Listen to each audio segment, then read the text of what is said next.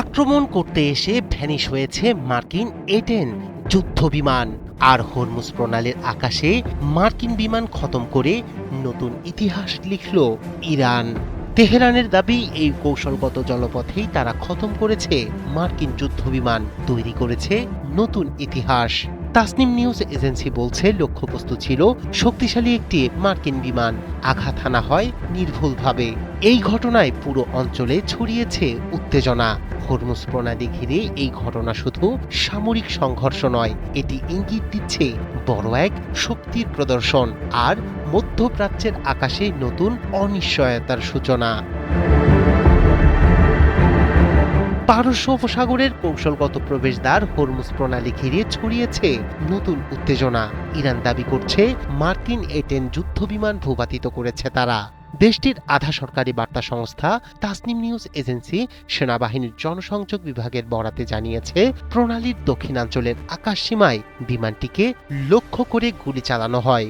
A-10 মূলত স্থলবাহিনীকে সহায়তা দেওয়ার জন্য তৈরি একটি শক্তিশালী যুদ্ধ বিমান। সাঁজোয়া যান, ট্যাঙ্ক এবং স্থল লক্ষ্যবস্তু ধ্বংসে এটি অত্যন্ত কার্যকর। এই ধরনের একটি বিমান হারানো যুক্তরাষ্ট্রের জন্য শুধু সামরিক নয়, কৌশলগত দিক থেকেও বড় ক্ষতি।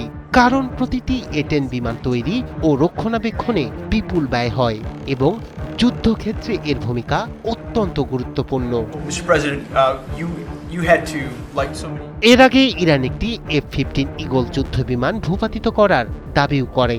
মার্কিন সংবাদ মাধ্যম CBS নিউজের বরাতে জানানো হয়, সেই ঘটনায় মার্কিন বাহিনী দ্রুত উদ্ধার অভিযান চালিয়ে পাইলটদের নিরাপদে ফিরিয়ে আনতে সক্ষম হয়। তবে ধারাবাহিকভাবে এই ধরনের হামলার দাবি যুক্তরাষ্ট্রের জন্য স্পষ্ট একটি সতর্কবার্তা।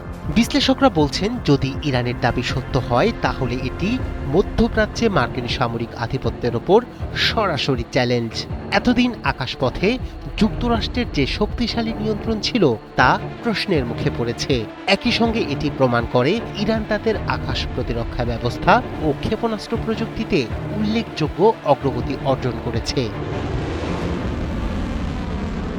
আরও গুরুত্বপূর্ণ বিষয় হল, হরমুজ প্রণালী বিশ্ব জ্বালানি সরবরাহের একটি গুরুত্বপূর্ণ রুট। এই অঞ্চলে এমন ঘটনা আন্তর্জাতিক বাণিজ্য ও জ্বালানি নিরাপত্তার উপর বড় ধরনের প্রভাব ফেলতে পারে। সব মিলিয়ে এই ঘটনা শুধু একটি বিমান ভূপাতিত হওয়ার খবর নয়, এটি ইঙ্গিত দিচ্ছে বৃহত্তর সামরিক প্রতিযোগিতা, আঞ্চলিক শক্তির ভারসাম্য পরিবর্তন এবং সম্ভাব্য সংঘাতের ঝুঁকি আরও বেড়ে যাওয়ার।